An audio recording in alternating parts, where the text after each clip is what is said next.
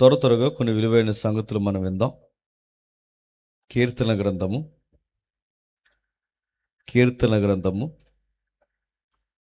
88వ కీర్తన.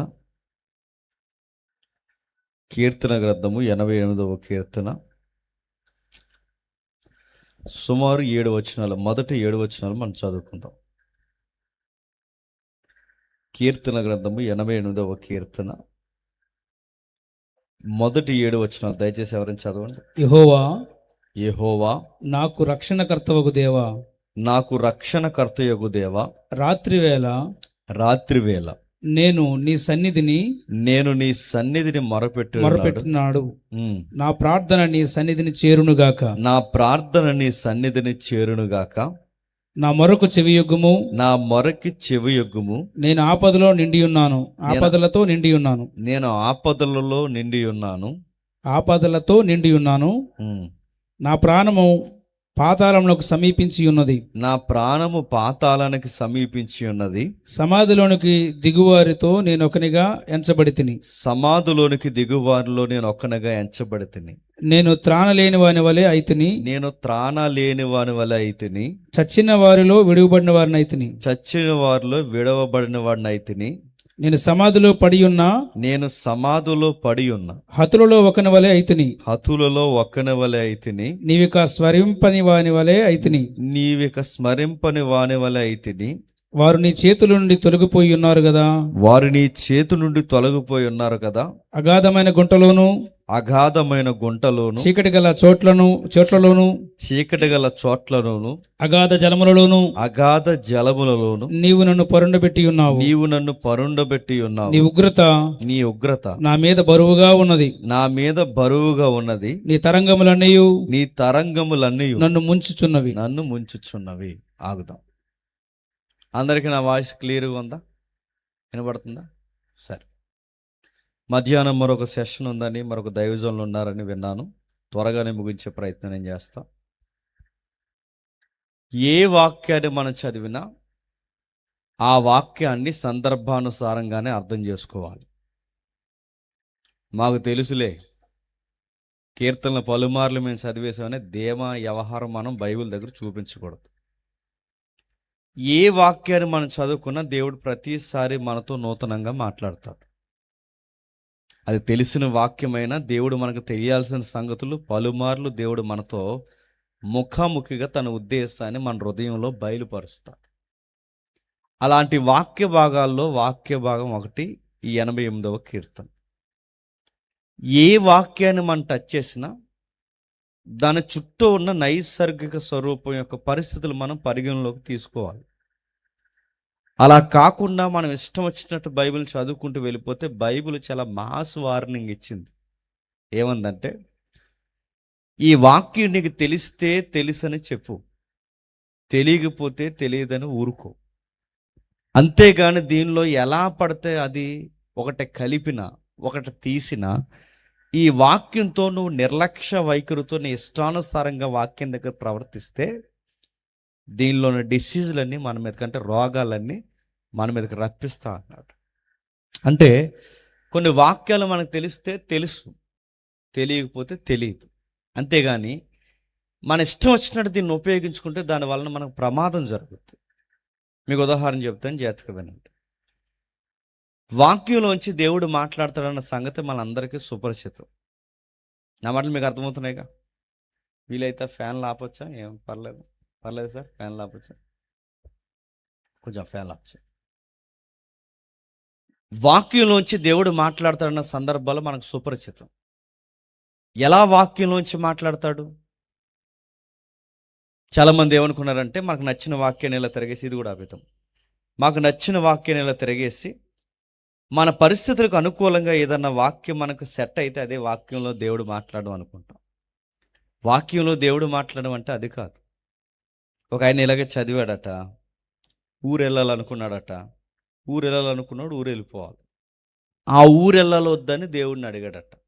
ఇప్పుడు దేవుడు చెప్పాలి ఈయనకి ఏమని, ఊరు వెళ్ళాలో వద్దు. ఎలా చెప్పాలి?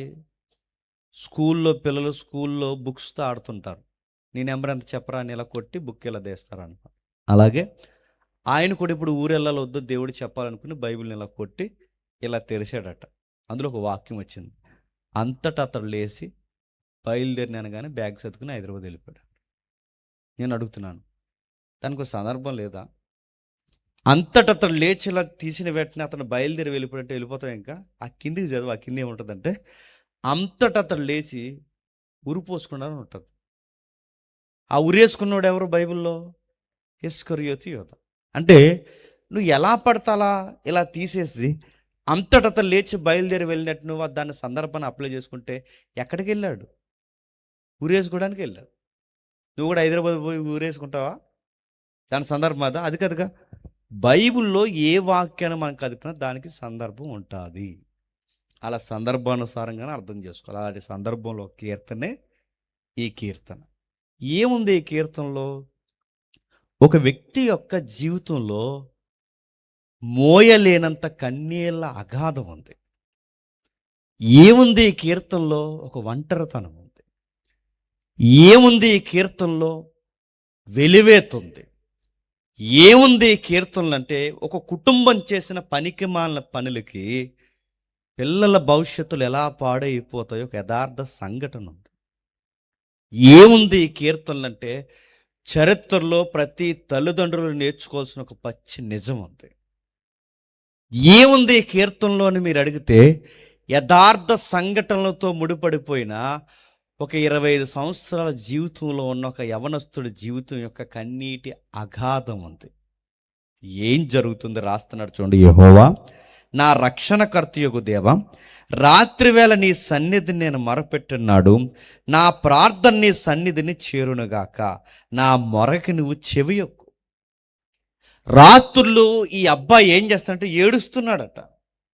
రక్షణకర్తయగు దేవా, ప్రాధానకర్తయగు దేవా, మా రక్షణకర్తయగు దేవా, దయచేసి మా మాట విను దేవా, నా మాటలకి చెవియొగ్గు దేవా. నేను ఎలా అయిపోయానంటే రేపు పొద్దున్న మా ఈదులో ఎవడ చనిపోతాడంటే నెక్స్ట్ పేరు నా పేరే చెప్పేలా ఉన్నారు. అలా అయిపోయింది నా బతుకు. పాతాళానికి పోయేవారిలో తర్వాత వరుసలో నేనే ఉన్నట్టుంది. ఆపదల్లో నేనే మొదటి వరుసలో ఉన్నట్టుంది. సమాధుల్లో అతులైన వారు ఎవర్రా అని ఎవరైనా అడిగితే మా ఊర్లో అందరు నా పేరే ఏలెత్తి చూపిస్తున్నారు. వీడి పరిస్థితికి అయిపోయింది. ఎందుకంటే ఏడ్చి ఏడ్చి ఏడ్చి నా ముఖం వికారం అయిపోయింది. ఏడ్చి ఏడ్చి నా కన్నులు గుంటలు పడిపోయాయి. ఏడ్చి ఏడ్చి నా ఆరోగ్యం క్షీణించిపోయింది. ఏడ్చి ఏడ్చి నా జీవితం ఎలా అయిపోయిందంటే ఇక నెక్స్ట్ ఎవరు చనిపోతారు అంటే నేనే అన్నట్టు నాకే అర్థమైపోయినట్టు నాకు అనిపిస్తుంది. అన్ని బాధలు నా జీవితానికి వచ్చేసాయి. ఇక నేను ఏడ్చి ఎవరికి చెప్పుకుంటే ఎవరికి చెప్పుకోలేను. నీకే చెబుతున్నాను, నీ దగ్గరే ఏడుస్తున్నాను. ఎంతగా ఏడుస్తున్నానంటే ఒక అగాధంలో ఒక గుంటలో పడిపోయినాడు ఎలా ఏడుస్తాడో అలా ఏడుస్తున్నాను నేను. ఒక ఊబులో పడిపోయినాడు తన జుట్టు పట్టుకుని తానే లాక్కుంటే అలా బయటికి రాలేక వాడు ఊగే కొద్దీ ఎలాగైతే మునిగిపోతాడో నా పరిస్థితి కూడా అలా ఊబులో పడిపోయినట్టు అయిపోయింది. గుంటలో పడిపోయిన ఎవడో చూడకపోతే వాడి యొక్క ఆర్తనాదనాలు ఎంత దారుణంగా ఉంటాయో నా పరిస్థితి నా మూలుగా అలా అయిపోయింది. అంటే ఈ కీర్తన రాస్తున్న ఆయన ఎవరో పెద్ద బాధల్లోనే ఉన్నాడు. ఆ బాధల్లో ఉన్నవాడు వారం నుంచో లేదా నెల నుండో లేదా ఒక సంవత్సరం నుంచో పడుతున్న బాధలు కాదు. ఈ బాధలు పడుతున్న బాధలు ఎప్పటి నుంచి అంటే చిన్నప్పటి నుంచి పడుతున్నాడు. ఎక్కడుందా మాట? అదే అధ్యాయం 15 వచనం చూడండి. అదే 88 అధ్యాయం 15 వచనం. బాల్యము నుండి నేను బాధపడి చావునకు సిద్ధమైతే. ఎప్పటి నుంచి బాధపడుతున్నాడట? బాల్యము నుండి. అంటే ఇది ఒక రోజు బాధ కాదు, 2 రోజుల బాధ కాదు, 3 రోజుల బాధ కాదు. ఎప్పటి నుంచట? బాల్యము నుండి. గమ్మత్తేడు చెప్పనా, ఈ బాధపడుతున్నప్పుడు ప్రతి మనుష్యుడికి బాధ చెప్పుకోవడానికి ఎవరొకరు ఉంటారు. స్నేహితుడో, ప్రియుడో, చుట్టమో, పట్టమో, ఎదురింటి అలియో, పక్కంటి పొల్లయో ఎవడొకడు ఉంటాడు. కానీ అబ్బాయికి మాత్రం ఎవరు లేరంట. ఎవ్వరు లేక ఏమైపోయాడు ఒకసారి చెప్తున్నాడు చూడండి 18వ వచనంలో. నా ప్రియులు నా స్నేహితులు నాకు దూరం చేసి ఉన్నావు, చీకటే. అంటే ఏమని చెప్పుకుంటున్నాడు చెప్పండి?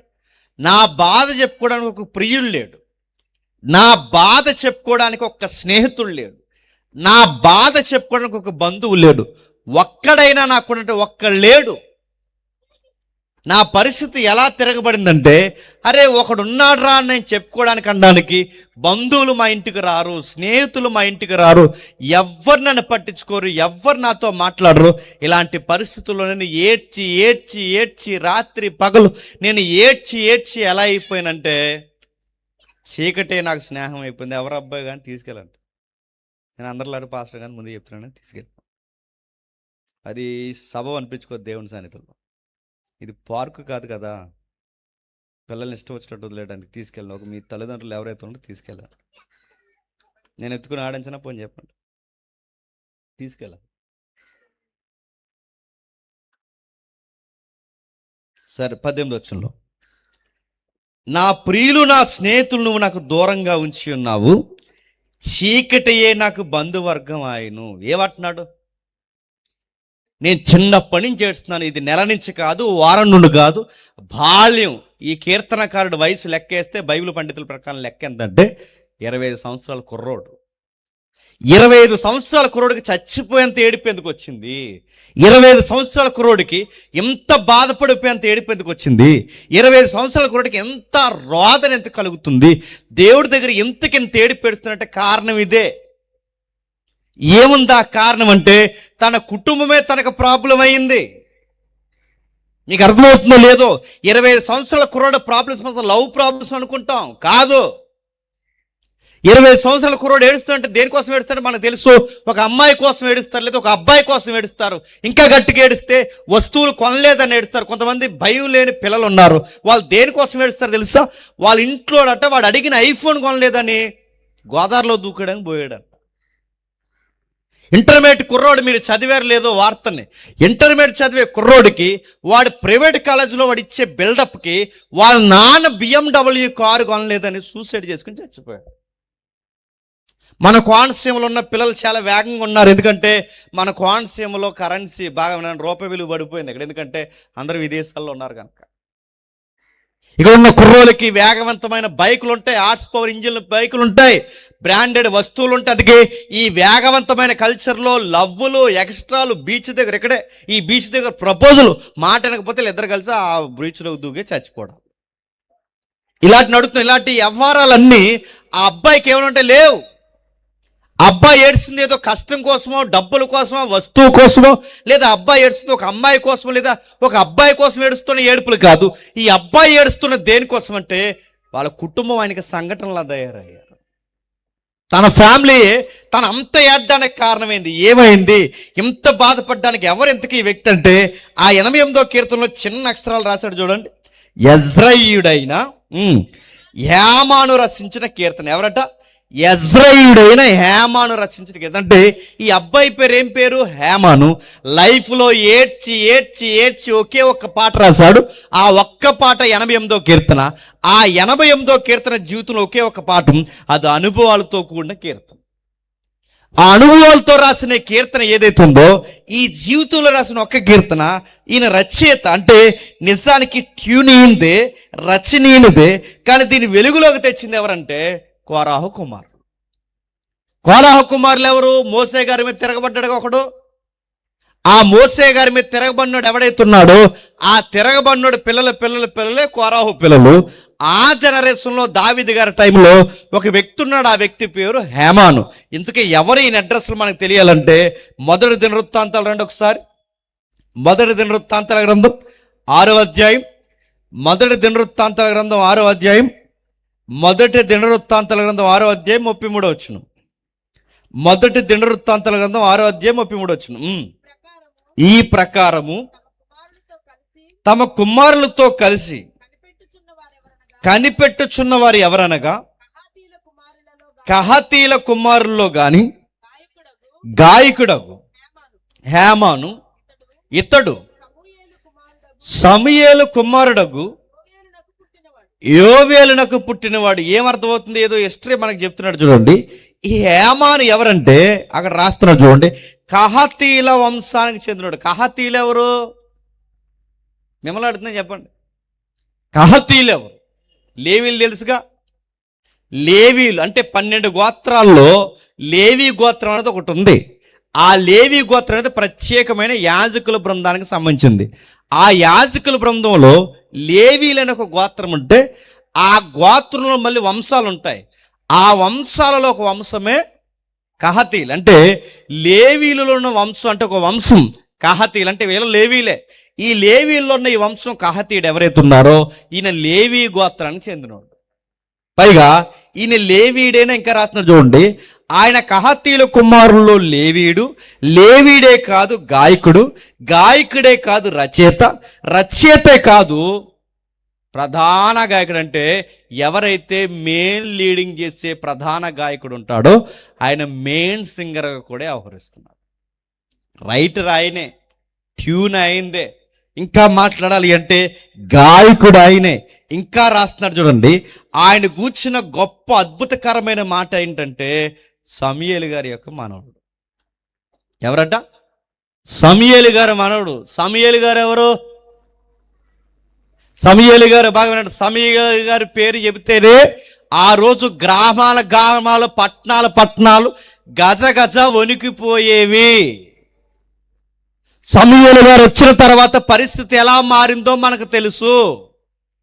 సమూయేలు గారు రాకముందు మీరు చదవండి, ఇంటికి వెళ్ళిన తర్వాత న్యాయాధిపతులు కానీ, రూతు గ్రంథం కానీ, మొదటి సమూయేలు కానీ, ఈ గ్రంథాలన్నీ ఒకే కాలానికి సంబంధించినవి.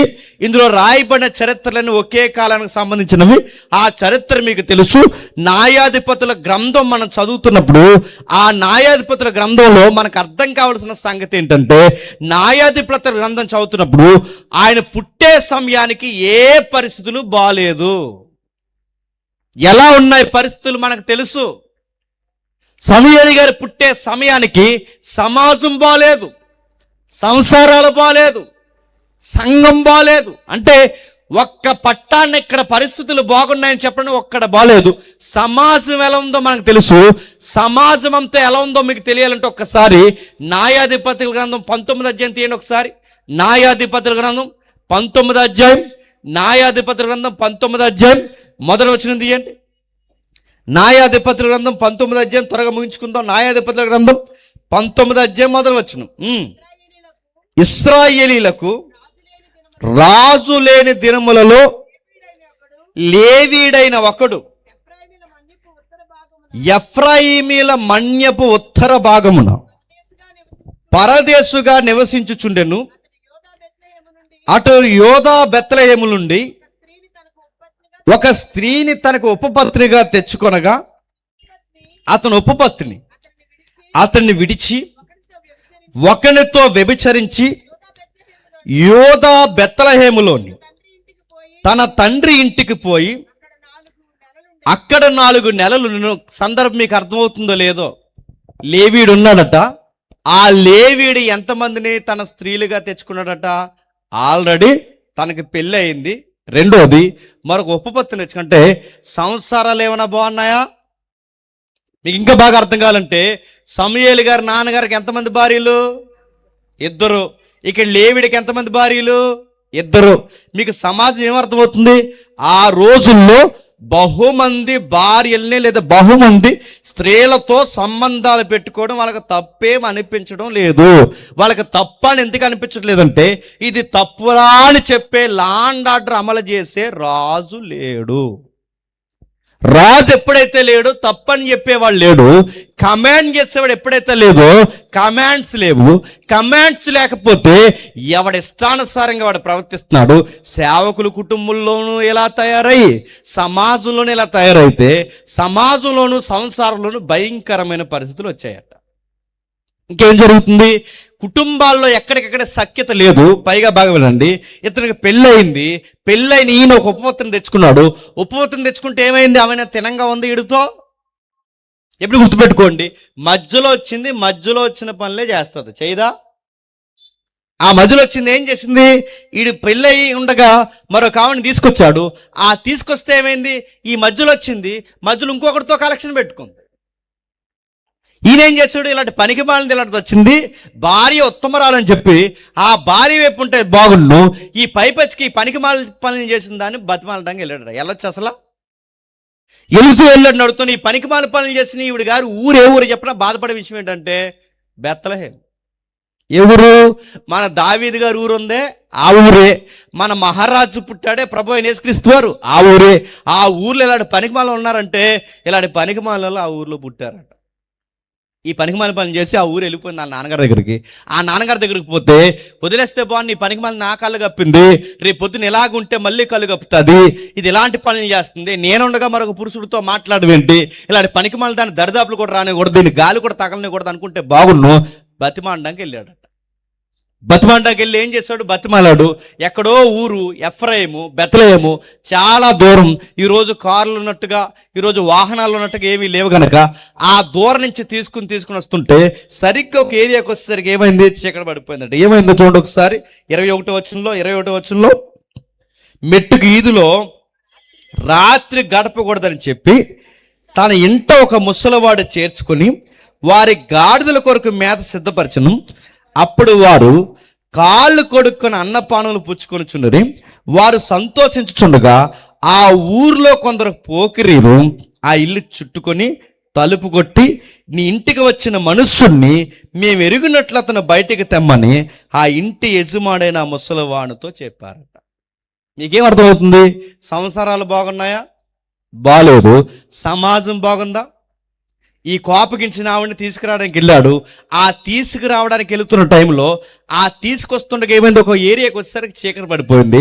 ఆ చీకటి పడిపోతే ఆ ఊర్లో పెద్ద ఆయన ఎవరో ముసలాయన ఉంటే ఆ ముసలివాడు అన్నాడట, బాబు రాత్రులు ప్రయాణం చేయకండి, మా ఏరియా మా ఊరు ప్రజలు మంచోళ్ళు కాదు, నువ్వు రాత్రులు ప్రయాణం చేసే కన్నా మా ఇంట్లో ఉండిపో, నీ గాడిదలకి నీకు కావాల్సిన ఆహారం ఏదన్నా ఉంటే నేను సిద్ధపరుస్తాను, ఉండిపోవయ్యా అంటే ఆ పెద్ద ఆయన చెప్పిన సలహా మేరకు ఉండిపోయాడు. ఆ ఉండిపోతే ఆ పెద్ద ఆయన అన్నాడట, రాత్రులు బయట తిరగకండి అన్నాడట. ప్రశ్న అంటున్నాను చెప్పండి, రాత్రులు ఎందుకు బయట తిరగకూడదు? దయ్యాలు తిరుగుతాయా? రాత్రులు ఎందుకు బయట తిరగకూడదు? రాక్షసులు ఉన్నారా? రాత్రులు ఎందుకు బయట తిరగకూడదు అంటే, రాత్రులు ఎవరు తిరుగుతారట అక్కడ రాశారు చూడండి, పోకిరి. ఎవరు? మీరు రాసి పెట్టుకోండి, ఈ మాట మీకు నచ్చినా నచ్చకపోయినా మళ్ళీ చెప్తున్నాను. రాత్రులు తిరిగే ప్రతి సన్నాసిగాడిని ఏమంటారు చెప్పండి? వీళ్ళు నిద్ర రాత్రులు. వీళ్ళకి అమ్మ భయం ఉండదు, నాన్న భయం ఉండదు, పెద్దల భయం ఉండదు, పంచాయతీ భయం ఉండదు, పోలీసుల భయం ఉండదు, గెలిపించుకున్న ఎమ్మెల్యే ఎవరైతే ఆయన చెప్పడు, ఆయన నాయకులు చెప్పరు, ఇలాకాలో ఉన్న నాయకులు చెప్పరు, ఈ పంచాయతీ నాయకులు చెప్పరు. వీళ్ళు ఏం తిరుగుతారు రాత్రులు అంటే, వీళ్ళకి రాత్రులు నడుతున్నాను. ఈ రాత్రులు తిరిగి పనికిమాలను అందరికీ బైబిల్ పెట్టిన పేరేంటి చెప్పనా? పోకిరి గారు. వీళ్ళు ఎలా తిరుగుతారంటే గుంపులుగా తిరుగుతారు. అడిగి అమ్మ అడగదు, నాన్న అడగదు, పోనీ ఈయన ఎవరైనా అడిగితే ఈ రాత్రులు ఎలా తిరుగుతున్నారు ఏంటని అడిగితే మళ్ళీ ఈ పనికి మాలినోడు సపోర్ట్ వాళ్ళ అమ్మ నాన్న మన మీద తిరగబడిపోతారు. మా వాడు మా ఇష్టం, ఆడి బండి ఆడిష్టం, ఆడి పెట్రోల్ ఆడిష్టం అంటే ఆడిష్టం అయితే మీ కొంపలో తిరగమను. ఊరి మీద ఎలా తిరుగుతుంది అడిగే నాయకులేరి? నాయకులు అడుగుతాను, ఇంట్లో విషయాలు అయితే అడిగే హక్కు మనకు లేదు. ఊరి మీద తిరిగితే గెలిపించుకునే నాయకులకు అడిగే హక్కు ఉందా లేదా? పంచాయతీ పౌరుడు అడగాలి. నా మాట మీకు అర్థమవుతుంది లేదో? మీరు గెలిపించుకున్న నాయకులు అడగాలి. నైట్ టైం బీడు తిరుగుతున్నప్పుడు అడగాలి ఎందుకు తిరుగుతున్నారని అడగాలి. అడగకపోతే ఏమవుద్ది? అలాగే సరదా తిరుగుతారు. కేకులు, కటింగులు, గేములు, ఫోన్లు, ఈ బైక్ రేసులు, చెత్త చెదారం, ఈ గుంపులు మాట్లాడి ఈ వయసు లొరకలేస్తున్నప్పుడు వాళ్ళు మాట్లాడుకునే మాటలు ఉంటే అక్కడ రాస్తున్నారు చూడండి. వీళ్ళందరూ కలిసి ఒక ఇల్లుకి స్కెచ్ చేశారట. ఇల్లుకి స్కెచ్ ఎందుకు వేశారంటే బంగారం దొంగతనం చేయడానికో ఎండిన దొంగతనం చేయడానికో కాదు. ఆ ఇంటికో చుట్టం వచ్చాడు, ఆ మగాడు మాకు కావాలన్నారంటే ఈ మగాళ్ళు. నా మాటలు మీకు అర్థమవుతున్నాయి లేదో? ఆ ఇంట్లో ఉన్న ఆడవాళ్ళు కాదు కావాల్సింది ఎవరట? ఆ ఇంటికి ఒక మగాడు వచ్చాడు. ఆ మగాడికి అలాంటే పాపానికి పరాకాష్ఠ చెప్పినా, ఆడోళ్ళు మగోళ్ళతో, మగోళ్ళు ఆడోళ్ళతో ఇదే పెద్ద పాపం అనుకుంటే ఈ పాపానికి మరింత పరాకాష్ఠ తెలుసా? మగోళ్ళతో మగోళ్ళు పోవడం. ఈ న్యాయాధిపతులు 19 అధ్యాయం చదువుతుంటే మీకు ఎలా అర్థమవుతుందో నాకు తెలియదు, కానీ అచ్చు ఆదికాండం 19 అధ్యాయం చదువుతున్నట్టే ఉంటుంది. ఆదికాండం 19 అధ్యాయంలో ఉందో తెలుసా? సొదొమ గొమొర్రా ఉంది. మళ్ళీ అదే సొదొమ గొమొర్రా వాతావరణం ఎక్కడొచ్చింది? న్యాయాధిపతుల కాలంలో వచ్చింది. మళ్ళీ రాత్రులు తిరుగుతున్నారు. ఈ రాత్రులు తిరుగుతున్నారు జెండర్ ఫీలింగ్ లేదట. అంటే ఆడ మగ, పురుషులు, స్త్రీలు, చిన్న పెద్ద ఏమీ తేడా లేదట. వీళ్ళందరికీ కామతురత గలవారే రాత్రులు తిరుగుతున్నారంట. ఇప్పుడు చెప్పండి, సంసారాలు బాలేదు, నెక్స్ట్ సమాజం బాలేదు. సమాజంలో ఉన్న వారు అందరూ వచ్చి ఆ ఇంటి మీద పడిపోతే ఆ ముసలివాడు అన్నాడట, నా సహోదరులారా, ఇది కూడదు, ఇట్టి దుష్కార్యము మీరు చేయకూడదు. ఈ మనుషుని ఇంటికి వచ్చిన గనక మీరు ఎర్రి పని చేయకండి. ఏ పని అట అది? ఎర్రి పని. ఇలువలు ఉన్నాయనరా. ఇలాంటి ఊర్లో పనులు చేస్తే దేవుడు మన మీద పగబెడితే ఊరేమవుతుందిరా? ఇది దేవుని దృష్టికి మంచిది కాదు. మీ కొంపలు లేవా? మీ ఇళ్లల్లో మనుషులు లేరా? ఒక కొత్తగా వచ్చిన ఈ జీవితాన్ని మీరు నిలివెల్లా చిదివేయాలనుకుంటున్నారు. మగాడిని తీసుకుపోవడం ఏంట్రా? ఇదేం పిచ్చి పనులు రాని ఆ పెద్ద ఆయన తిరుగుతుంటే అన్నారట, వాళ్ళు అన్నారట, ఇదిగో ఈ కన్యకైనా నా కుమార్తె ఒకరు ఉన్నారు, ఉపపత్తులు ఉన్నారు, అవసరమైతే ఈ ఆడోళ్ళని తీసుకెళ్ళండి కానీ ఈ మగాడిని తీసుకెళ్ళకండ్రంటే ఆడే మాకు కావాలన్నారంట. నేను ఈ మాట్లాడుతున్నాను, ఏమనుకోకండి, తప్పుగా జరుగుతున్న విషయాలు నేను చెప్తున్నాను. ఎక్కడ లేనంత ఈ మధ్యకాలంలో కొంతమంది పెరిగిపోయారు, మీరు చూసారు లేదు? ఎవరైనా అడగండి, లైవ్ వెళ్తుంది అనుకుంటా. ఎక్కడ లేనంత పెరిగిపోయారు, ఈగల కన్నా ఎక్కువైపోయారు ఈ మధ్యలో. ట్రైన్లో వెళ్ళే, బస్సుల్లో వెళ్ళే, నడుతున్న ఊర్లో వెళ్ళే, ప్రతి దిక్కున వెళ్ళే. మీరు ఎలా చూస్తున్నారు సమాజాన్ని తెలియదు కానీ ఎప్పుడో ఎవరో ఒకరు ఉండేవారు, ఊరుకో వాడుకో ఎవరో ఒకరు ఉండేవారు, అటు ఇటు కాకుండా ఆడ మగ కానీ ఒక జెండర్ ఉండేవారు. ఇప్పుడు అని అడుగుతున్నాను, అత్యధికంగా పెరిగిపోయారు. పైగా వీళ్ళకి ఇంటర్వ్యూలు, వీళ్ళ మళ్ళీ కామెంట్లు, వీళ్ళకి ప్రత్యేక చట్టాలు, వీళ్ళ ప్రత్యేక నిబంధనలు, ఈ చేసే పనులన్నీ పైపచ్చుకోక ముసుకేసుకున్న మాటలు ఏంటంటే మళ్ళీ వీళ్ళ భావాలను కూడా మనం గౌరవించాలంటే వీళ్ళని ఏమనాలి? నేను ఎక్కడ తాగుతారా? ఈ జాతిలో కొంత గౌరవంగా ఉన్న వాళ్ళు ఉన్నారు, దేవుడికి పడి ఏడ్చా ఉన్నారు. కానీ అధిక శాతం ఎలా ఉన్నారు మీకు తెలుసు? అధిక శాతం ఎలా ఉన్నారు తెలుసా? ఎదుటోళ్ళని కొడుతున్నారు, చంపుతున్నారు, ఇసిరేస్తున్నారు, ఇబ్బంది కలిగిస్తున్నారు. ఇంకో విషయం చెప్పినా, వాళ్ళు మాట్లాడే మాటలు చాలా చాలా ఇబ్బందికరమైన మాటలు వింటున్నాం. నేను అందరిని అంటలేదు, కొందరిని అంటున్నాను. మీకు అర్థమయ్యే రీతిలో ఒక మాట చెప్తున్నాను. బైబిల్ దృష్టిలో, దేవుని దృష్టిలో ఆడా మగ ఉన్నారు. దేవుని దృష్టిలో ఆడ మగ ఉన్నారు. ఇప్పుడు ఆడ మగ కానీ మరొక జెండర్ వస్తుందంటే దీన్ని ఏమనాలి? పాపానికి పరాకాష్ట అంత బైబిల్ ఏమనుకుంటున్నారు? వాళ్ళు కూడా దేవుని వైపు తిరగాలి, వాళ్ళు కూడా దేవుని దగ్గరికి రావాలి. వాళ్ళకు కూడా దేవుని దగ్గర రాకపోతే ఏమవుతుంది? సొదొమ గొమొర్రాలో ఇలాంటి జెండర్కి వ్యతిరేకమైన పనులు చేసినందుకే అగ్ని గంధకాలు పడ్డాయి. ఇంకా చెప్తున్నాను, సొదొమ గొమొర్రా లాంటి అగ్ని గంధకాలు పడే కారణం ఇలాంటిదే. జెండర్ మర్చిపోయారు. ఇక్కడ మరలా అలాంటి వాతావరణం న్యాయాధిపతుల కాలంలో వస్తే ఇప్పుడు అగ్ని గంధకాలు కాదు కానీ దేవుడు ఒక చర్యలు తీసుకున్నాడు. సంసారాలు బాలేదు, సమాజం బాలేదు, ఇంకా సంఘమో బాలేదు. ఈ సమాజంలో ఏం చేస్తారు మనకు తెలుసు. ఆ రాత్రంతా ఆ అమ్మాయిని చెరిచేశారట. చెరిచేస్తే ఏమైంది? సృహ తప్పి చచ్చిపోయింది.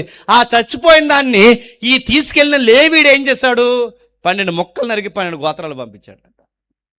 మనుషులు నరికేయడం ఏంటండి? అంటే వీళ్ళే మానభంగాలు చేసేస్తున్నారు, వీళ్ళే ఇళ్ళల మీద పడిపోతున్నారు. చచ్చిపోయిన దాన్ని ఎలా జడ్జిమెంట్ ఇవ్వాలి, ఎలా ముక్కలు కోసేసి 12 ముక్కలు పంపించేస్తున్నారు. ఎక్కడికక్కడే 12 ముక్కలు పంపించి ఆ ముక్కలను చూసి ఐక్యతకు రమ్మని. అంటే ఇక చంపుకోవడానికి భయం లేదు, ముక్కలు కోయడానికి భయం లేదు. నీకు అర్థమవుతుందో లేదో, సొసైటీ ఇప్పుడు అలా ఉందా లేదా? అలానే ఉంది.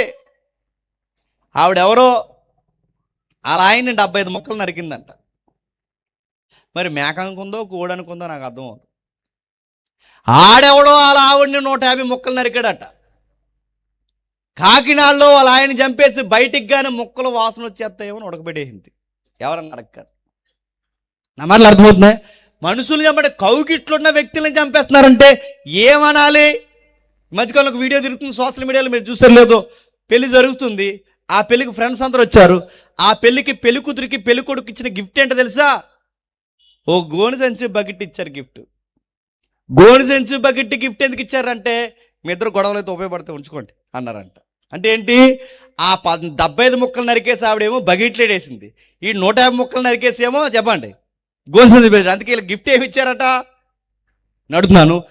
చంపుకోవడం కూడా కామెడీ రీల్స్ చేస్తున్నారంటే, చంపుకునే వార్తలను కూడా గొప్పగా చెప్పుకుంటున్నారంటే, సొదొమ గొమొర్రా ఎలా ఉందో న్యాయాధిపతుల కాలం అలాగుంది, న్యాయాధిపతుల కాలం ఎలా ఉందో ఇప్పటి కాలం కూడా అలాగే ఉంది. ఇలా టైంలో ఇంకా ఏం జరుగుతుంది? సమాజము బాలేదు, సంసారాలు బాగలేదు. సంఘం బాగుందంటే మీరు ఇంటికి వెళ్ళక చదవండి, సంఘం బాగుందంటే సంఘము బాగలేదు. ఆ టైంలో పాస్టర్ గారు ఒక ఆయన ఉన్నాడు, ఆయన సీనియర్ పాస్టర్ గారి పేరు ఏలి. ఎవరు? ఏలి. ఏలి గారు బాగానే ఉన్నారు. ఏలి కొడుకులు ఏం చేస్తున్నారు? మనకు తెలుసు ఏలి కొడుకులు ఏం చేస్తున్నారు. లంచాలకు మరిగేశారట, దేవుని కానుకలు దొంగిలిస్తున్నారట, బలి నైవేద్యాలట వాళ్ళ మధ్యలోనికి ఏపుకుని కాల్చుకుని తింటున్నారట. ఇంకా తిన్న సరిపోలేదని వాళ్ళ కళ్ళు ఒళ్ళు కొవ్వెక్కితే అక్కడ దేవుని సేవ చేయడానికి వచ్చిన స్త్రీలతో తప్పుడు పనులు చేస్తున్నారట. ఇప్పుడు చెప్పండి, సంఘం పాడైంది, సమాజం పాడైంది, సంసారం పాడైంది. అలాంటి టైంలో వీటన్నిటినీ సరి చేయడానికి వచ్చిన వ్యక్తే సమూయేలు వచ్చాడు. దేవుడు పుట్టించాడు, సమూయేలు వచ్చాడు. ఆయన పుట్టిన తర్వాత, ఆయన పెరిగిన తర్వాత సంసారాలు సెటరేట్ అయిపోయాయి. ఆయన వచ్చిన తర్వాత సంఘాలు బాగుపడ్డాయి. ఆయన వచ్చిన తర్వాత సమాజం భయపడింది.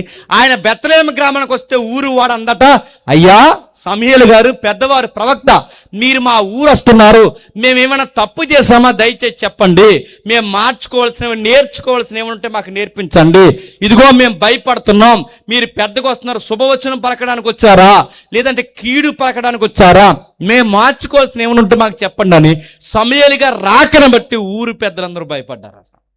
ఒక సేవకుని గౌరవించారు, ఒక సేవకుడు లోబడ్డారు.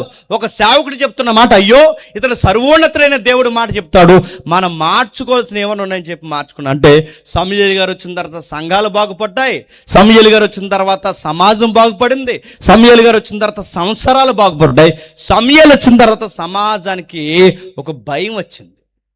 అలాంటి టైంలో సమూయేలు గారు బాగానే ఉన్నారనుకునే సమయానికి సమూయేలు గారికి పనికిమాలిన ఇద్దరు పుట్టారు.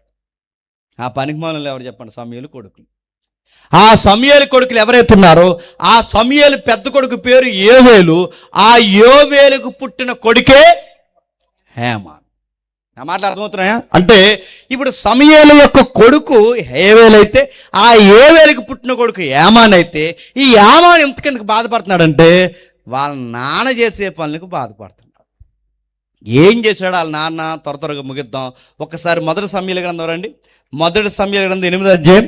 మొదటి సమూయేలు గ్రంథం 8వ అధ్యాయం మొదటి వచనం నుండి. మొదటి సమూయేలు గ్రంథం 8వ అధ్యాయం మొదటి వచనం నుండి. సమూయేలు గారు వృద్ధుడైనప్పుడు తన కుమారులను ఇశ్రాయేలు మీద న్యాయాధిపతులుగా నియమించెను.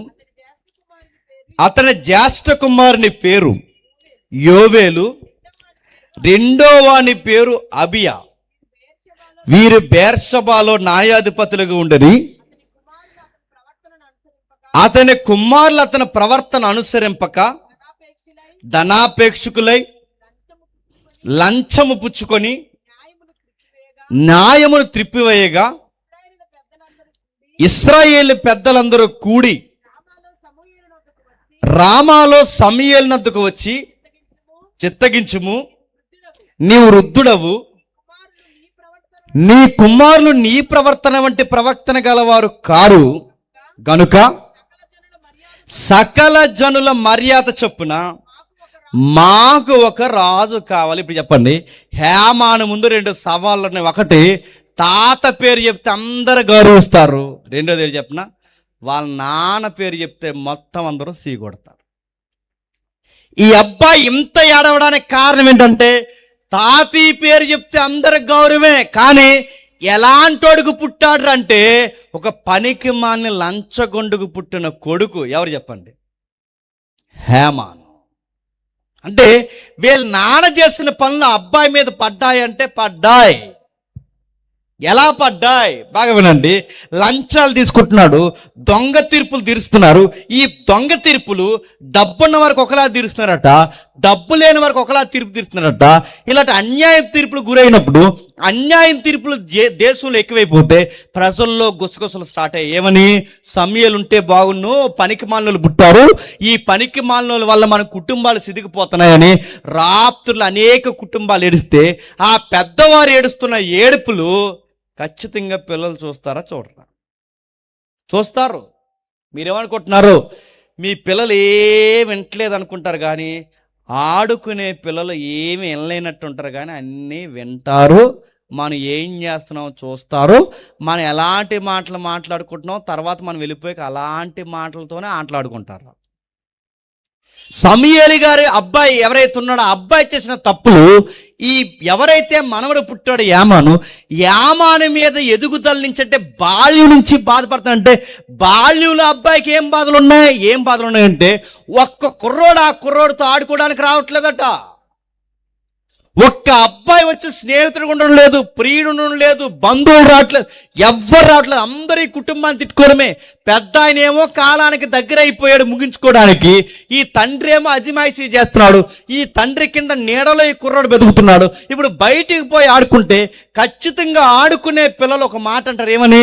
రాత్రంతా మా అమ్మ ఏడిచిందిరా, రాత్రంతా మా నాన్న ఏడ్చాడురా, రాత్రంతా మా అమ్మ నాన్న ఏడవడానికి కారణం మీ నాన్న తీసిన దొంగ తీర్పట, ఆ దొంగ తీర్పు వల్లే మా అమ్మ నాన్న ఏడ్చారు, చచ్చిపోయేంత పరిస్థితులు వచ్చాయి, మా అమ్మ నాన్న ఒక మాట చెప్పారా, నీతో ఆడుకోవద్దన్నారా అని అనుంటే ఆ కుర్రోడు ఏమైపోతాడు? నా మాటలు మీకు అర్థమవుతున్నాయో లేదో? మనం ఏదన్నా గొడవలు పెట్టుకుంటే మన పిల్లలకి తర్వాత అగాధాలు మనం ఏర్పరుస్తున్నాం అన్న సంగతి మీకు అర్థమవుతుందా? మనం మాట్లాడుతూ రోడ్ల మీద వచ్చి గొడవాడేస్తుంటాం.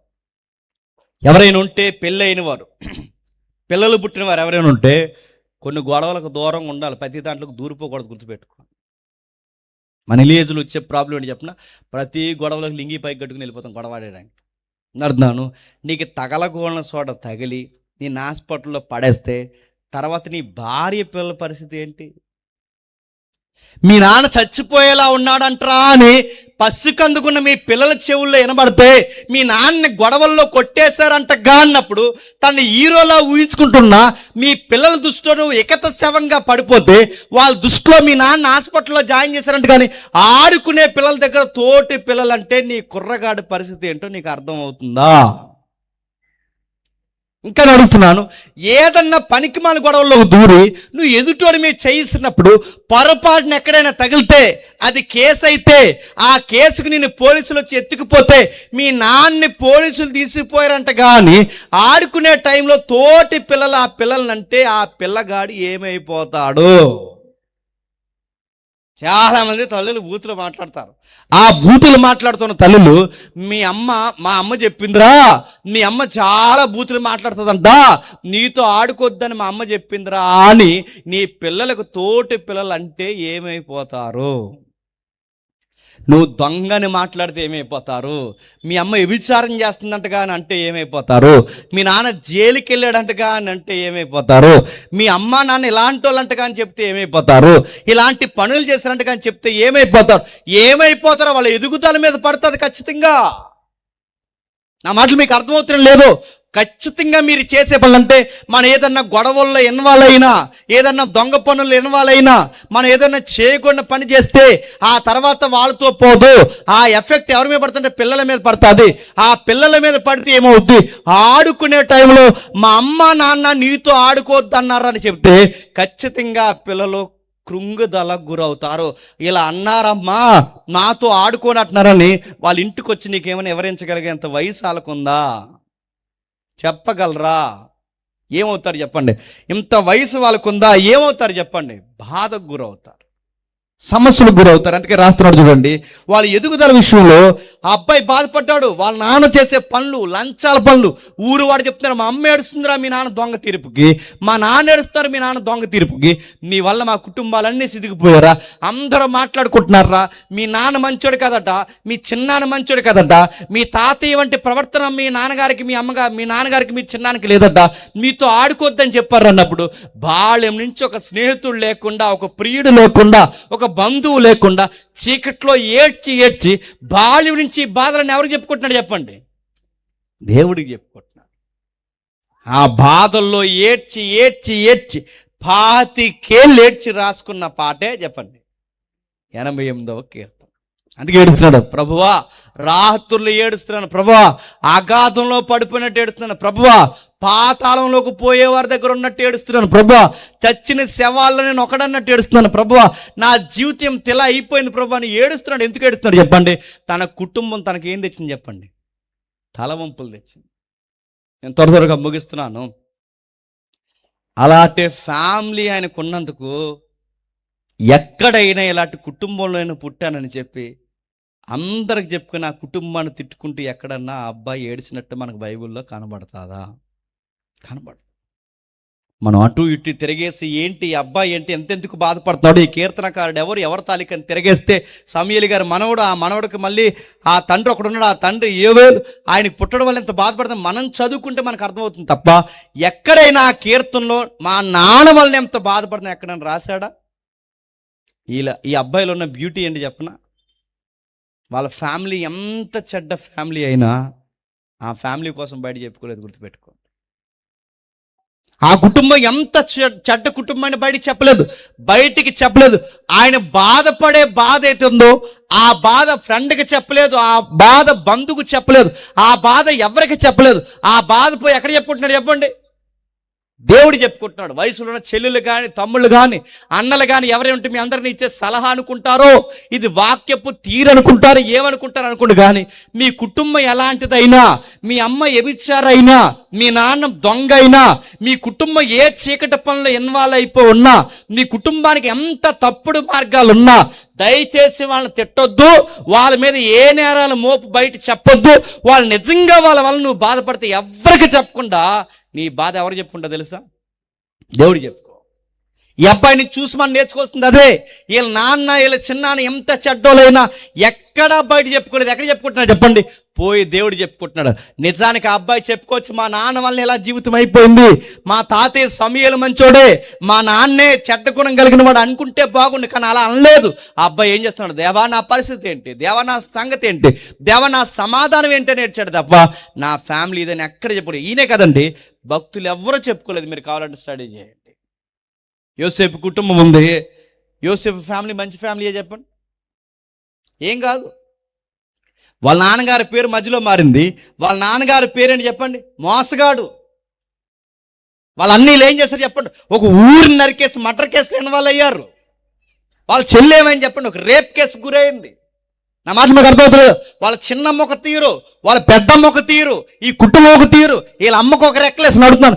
యోసేపు ఫ్యామిలీలో ఒక్కరైనా సరిగ్గా జీవితం మొదటి నుంచి మంచిగా ఉన్నారని ఒక్కరిని చూపించండి. కానీ అబ్బాయి ఎక్కడైనా తన ఫ్యామిలీ కోసం చెప్పాడా? నడుతున్నాను. దావీదు కుటుంబంలో కూడా మీరు చూడండి, అన్నల తీరంతా ఒకటే, నాన్న తీరంతా ఒకటే, దావీదు తీరు ఒకటే. దావీదుని అసలు ఆ ఇంట్లో పట్టించుకున్నారా? కానీ అబ్బాయి ఆశీర్వాదకరంగా మారిపోయి. మీరు చూడండి, భక్తుల కుటుంబాలు ఎక్కడా చెప్పుకోదగ్గ బ్యాక్గ్రౌండ్లు ఏమీ లేవు, ఎక్కడో కొంతమంది తప్ప మెజారిటీ భక్తులకి ఎక్కడా చెప్పుకోదగ్గ మంచి బ్యాక్గ్రౌండ్స్ ఏమీ లేవు. కానీ యోసేపు ఎక్కడా చెప్పలేదు, దావీదు ఎక్కడా చెప్పలేదు. ఇక్కడ హేమాను కూడా చెప్పండి, ఎవరు చెప్పలేదు. ఎవరు చెప్తున్నారు? ఎవరికి చెప్పాలో దేవ ఏంటి పరిస్థితి? చాలామంది పిల్లలు ఫీల్ అవుతారు ఏమనంటే, అనవసరంగా ఈ కోనసీమలో పుట్టిన ఏ ఊరిది? కొత్త లంక. ఈ గోదావరి మధ్యలో ఈ లంకలో పుట్టాను నేను. ఎక్కడైనా ఈ ఢిల్లీలోనో ముంబైలో పుడితే బాగుంది, నా లైఫ్ ఏరుగుండదని తెగ ఫీల్ అయిపోతాను. అడుగుతున్నాను, ముంబైలో పుడితే ఏం చేస్తారు? తడుగొడ్లు వేస్తారా? ఏం చేస్తారు? నీకు ఇక్కడ తిరగ లేకపోతే నువ్వు ఎక్కడ పుట్టినా, అమెరికాలో పుట్టినా ఇలాగే అడుగుతున్నాను. ఎక్కడ పుడితే చాలామంది ఫీల్ అయిపోతారు, మా తాత రిలయన్స్ అయితే బాగుండు, మా తాత అంబానీ అయితే బాగుండు, మా తాత బిల్గేట్స్ అయితే. ఏం బాగుండు? నీకు ఎక్కడే తిరగలేదు, అక్కడైతే మొత్తానికి దేశాన్ని అమ్మేస్తావు నువ్వు. నా మాటలు అర్థమవుతుంది లేదు? ఏ ఫ్యామిలీలో పుట్టాడు నువ్వు అనుకుంటే పుట్టలేదు. నువ్వు ఇక్కడ పుట్టాలని ఎవరు అనుకున్నాడు తెలుసా? దేవుడు అనుకున్నాడు. ఈ తల్లిదండ్రులకే పుట్టాలని దేవుడు అనుకున్నాడు, ఈ ఊర్లోనే పుట్టాలని దేవుడు అనుకున్నాడు, నీ ఎత్తు ఎంత ఉండాలో ఆయన అనుకున్నాడు, నీ రంగు ఎలా ఉండాలో ఆయన అనుకున్నాడు, అన్నీ ఆయన అనుకున్నాడు. అప్పుడప్పుడు తెగ ఫీల్ అయిపోతారు, అనవసరంగా ఈ ఊరికి పెళ్లి చేసుకున్నాను, ఈ ఊరు అల్లుడయ్యాను, లేదా ఈ ఊరు కోడలయ్యాను, తెగ ఫీల్. మీకు ఇక్కడ తినం, లేకపోతే ఇంకెక్కడ తినం ఉండదు. వెనకాల బ్యాక్గ్రౌండ్లు ఎలా ఉన్నాయో వదిలేసేయండి, వెనకాల పరిస్థితులు ఎలా ఉన్నాయో వదిలేయండి, వెనకాల వ్యక్తులు ఎలాంటి వదిలేయండి. మీకు ఏదన్నా బాధ ఉంటే దేవునికే చెప్పుకోండి. ఈ అబ్బాయి చెప్పుకున్నాడు. చెబితే దేవుడు ఏం చేశాడు? ఒక్కసారి మొదటి దినవృత్తాంతాల గ్రంథం 25వ అధ్యాయం తీయండి, ఒకసారి ముగిద్దాం. మొదటి దినవృత్తాంతాల గ్రంథం 25వ అధ్యాయం 5-6 వచనాలు చూడండి ఒకసారి. మొదటి దినవృత్తాంతాల గ్రంథం 25వ అధ్యాయం 5-6 వచనాలు. వీరందరూ దేవుని వాక్య విషయంలో రాజునకు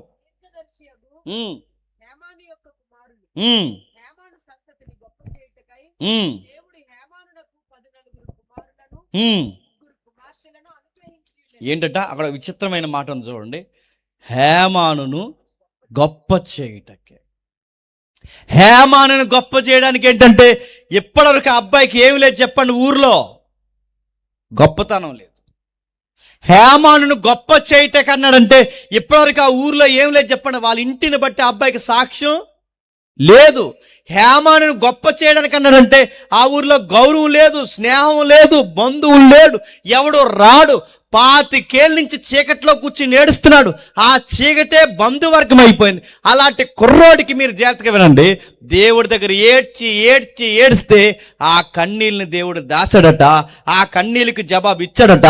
25 ఏళ్ళ కుర్రోడిని దేవుడు ఆశీర్వదిస్తే ఏమని తెలుసా, ఎవరైతే నాకెవరు లేరని ఏడుస్తున్నావో, నాకు బంధువులు లేరు, స్నేహితులు లేరు, ఒంటరివాడిని, మా నాన్న ఒక విధానం వేరు, మా చిన్నాన్న విధానం వేరు, మా తాతయ్య విధానం వేరు, ఇప్పుడు నా బతుకు సమాధానం ఏంటని ఎక్కడైతే ఏడుస్తున్నాడో ఆ కుర్రోడికి దేవుడిచ్చిన సమాధానం ఏంటో తెలుసా, ఒంటరివాడిని నేడవకు, నీ ఒంటరితనాన్ని తీయడానికి నీకు ఫ్రెండ్నో బంధువునో ఎవరినో కాదు, నీకు ఇవ్వబోయే గొప్ప బృందం ఏంటి చెప్పనా, 17 మంది పిల్లల్ని ఇచ్చాడట. ఏంటట, 17 మంది పిల్లల్ని. బాగా వినండి, దేవుడు మనకు ఆస్తులు ఇచ్చాడన్నానికి కారణం ఏంటో తెలుసా, ఎకరం భూమో లేదా ఇల్లో వాకులో అకౌంట్లో ₹1,00,000 కాదు. దేవుడు మనకు ఆస్తి ఇచ్చాడని బైబిల్ చెప్తుంది. దేవుడు యెహోవాని గురించి స్వాస్యం ఏంటి చెప్పండి, పిల్లలు. యెహోవాని అంటే ఆస్తి, స్వాస్యం అంటే ఏంటి చెప్పండి, ఆస్తులు. దేవుడు ఎంత ఆస్తి ఇచ్చాడంటే 17 మంది పిల్లలు. 17 మంది పిల్లలు ఇంట్లో ఉంటే ఇల్లు ఎలా ఉంటుందండి? ఇప్పటివరకు ఆ ఇంట్లో చీకటే బంధువైంది. ఇప్పటివరకు ఆ ఇంట్లో బాగా వినండి, ఆ వెలుగు లేని ఇల్లు, ఆ నెమ్మది గల స్థలము అదే ఒంటరితనమైంది. ఇప్పుడు ఇంట్లో 17 మంది పిల్లలు ఇంట్లో ఉంటే ఇల్లు ఎలా ఉంటుంది? ఇంకో కుర్రగోడు ఉంటేనే మొత్తం తిరుగుతున్నాడు, నడుతున్నాను. ఇల్లంతా పిల్లలైతే, నా మాట మీకు అర్థమవుతుంది, ఇల్లంతా పిల్లలైతే నడుతున్నాను.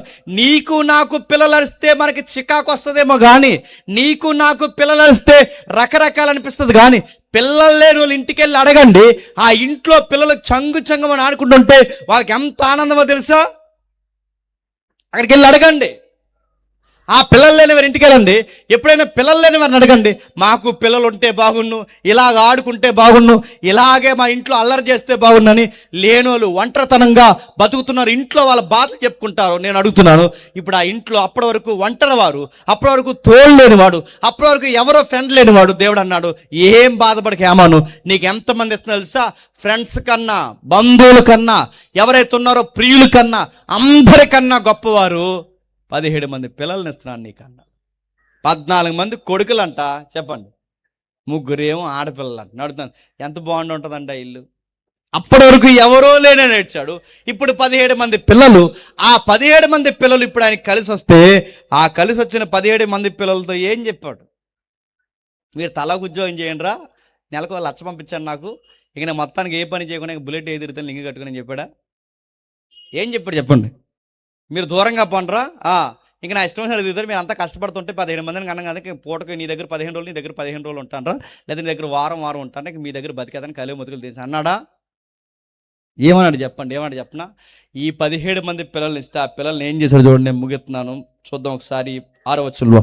వీరందరూ ఆసాపునకును, యెదూదునకును, హేమానునకును, రాజు అంటే ఇక్కడ టెక్స్ట్లో దావీదు గారు చేసిన కట్టడల ప్రకారము యెహోవా ఇంటిలో తాళాలు, స్వరమండలాలు, సితారాలు వాయించుచు గానము చేయుచు తమ తండ్రి చేతి కింద దేవుని మందిరంలో సేవ జరిగిస్తూ ఉన్నారు. ఇప్పుడు చెప్పండి, ఈ 17 మంది పిల్లలు లేదా ఈ 14 మంది మగ పిల్లల్ని ఎందులో పెట్టాడట? సేవలో. ఇప్పుడు చెప్పండి, అక్కడ ఏం సేవ? వర్షిప్ చేస్తున్నారంటే సుమారు దావీదు ఒక టీం తీస్తాడు, 270 నుంచి 300 మంది ఉంటారు వర్షిప్ లీడర్స్. ఈ వర్షిప్లో మొదట వరుసలో తండ్రి చేతి కింద పాట పాడుతున్నది ఎవరంట? ఈ 14 మంది మగపిల్లలు. ఇప్పుడు చెప్పండి, ఆ 14 మంది మగపిల్లలు దేవుడికి గాన ప్రతిగానాలతో, సితార్లు, తాళాలు ఇవన్నీ తీసుకుని పాటలు పాడుతూ ఉంటే, ఖచ్చితంగా ఆ పాటల్లో, ఆరాధనలో ఎవరి పాట పాడుంటారు చెప్పనా? వాళ్ళ నాన్నగారు పాట కూడా పాడుంటాం. వాళ్ళ నాన్నగారు రాసిన పాటల్లో ఏ పాట ఇప్పుడు మనం చదువుతున్నాం? 88వ కీర్తన. ఇప్పుడు చెప్పండి, ఆ పాట పాడుతున్నప్పుడు అక్కడున్న పదాలు ఎలా ఉన్నాయి? చచ్చిపోయే పరిస్థితుల్లో ఆ పాట రాశాడు. ఆ పాట రాస్తున్నప్పుడు ఆ పదాలే మనకు చెబుతున్నాయి ఎంత ఏడుస్తున్నాడో. అలాంటి పాట ఆ కొడుకులు పాడుతున్నప్పుడు ఖచ్చితంగా ఇది మా నాన్న పాటని ఖచ్చితంగా ఏడుస్తారా ఏడవరా చెప్పండి? ఏడుస్తూ ఆరాధించుంటారు.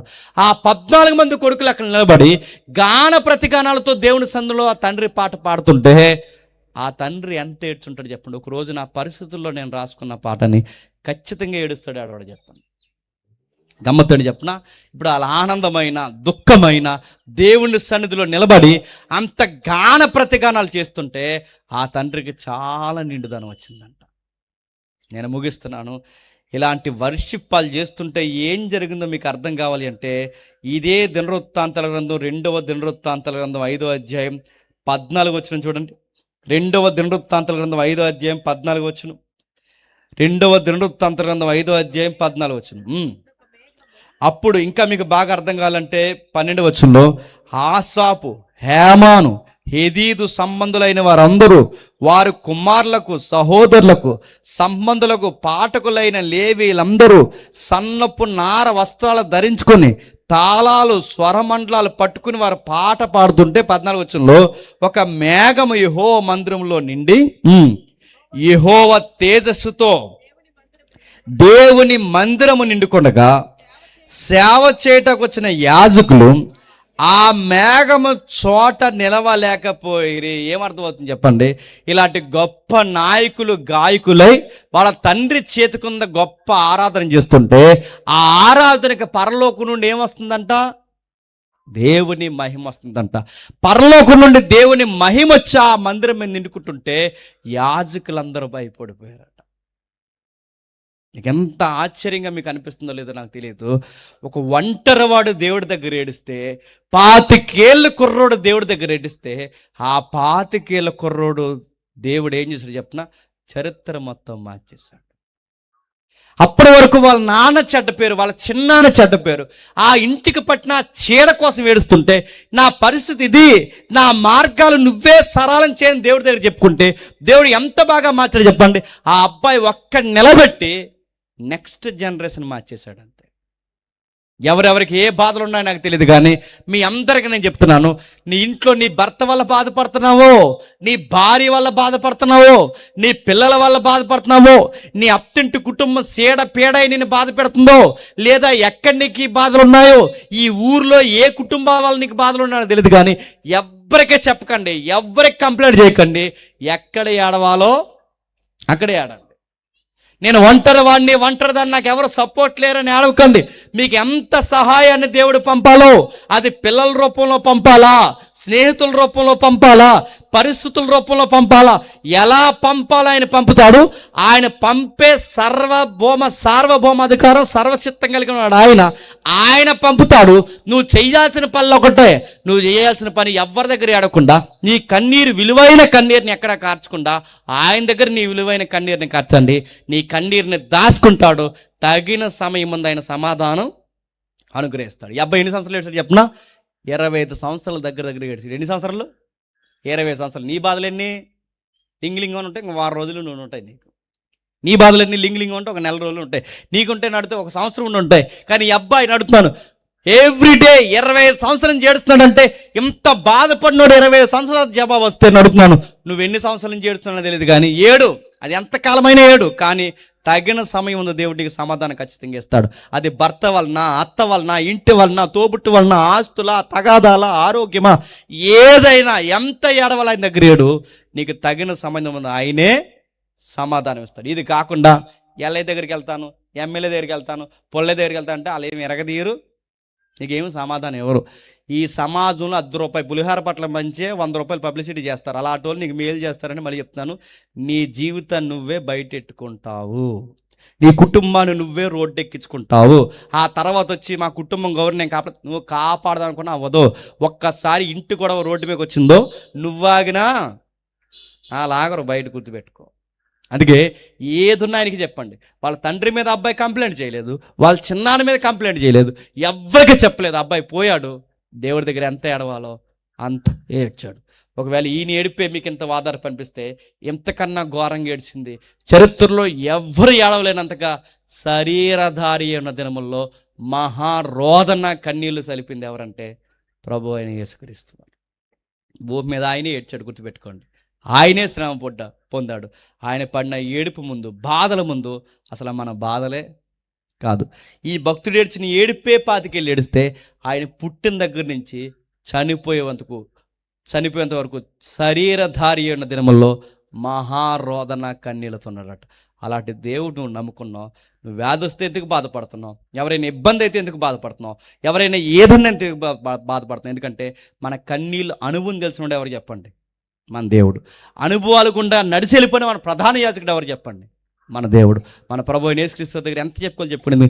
ఆయన జవాబు వెళ్ళడం ఆలస్యం వచ్చేమో కానీ ఖచ్చితంగా తగిన సమాధానము తగిన సమయమందు ఆయన అనుగ్రహిస్తాడు.